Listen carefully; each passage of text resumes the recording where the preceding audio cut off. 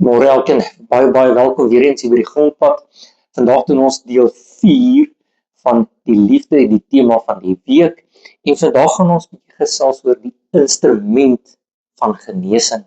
So ek wil vir julle voortgaan, vir julle 'n stukkie leer die versie vir die dag lees en dit sal wees 2 Korintiërs 1 vanaf vers 4, net vers 4. Wat ons troos in al ons verdrukking, sodat ons die wat in allerhande verdrukking is, kan troos deur ons vertroosting, waarmee ons self deur God vertroos is.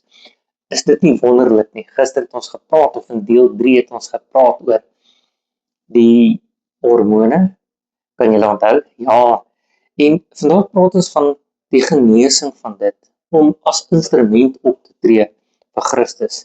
Dit verduidelik presies hoekom ek nou wil help en jou wil vertroos en vir jou genesing wil gee. Want ek het pyn gehad. Ek het pyn gehad in die liefde. Ek het pyn gehad van alles. Maar vandag kan ek as getuienis hierso sit en vir jou sê dat genesing is om net 'n instrument te wees vir God. En dis hoekom God vir my 'n nuwe hart gegee het. Onthou ons het gepraat van daai kliphart wat uittrek met die operasie en ons verander daai kliphart na vlees. En dis hoekom ek die instrument van genesing vir jou kan wees. En ek wil dit graag wees. Want jou pyn van gister het vir my omgeskakel en ek het die medisyne geword, daai instrument om jou vandag te kan help. Want jy is nie meer 'n slagoffer nie. Jy is nou 'n wegwyser. En ek is daai wegwyser op die grondpad vir jou. Mag jy 'n geseënde dag hê en nie in die volëinding van die genesing wees.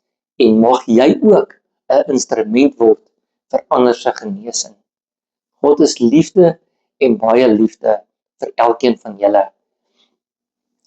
En onthou, as jy van die video gehou het, stuur dit vir iemand wat dit graag nodig het.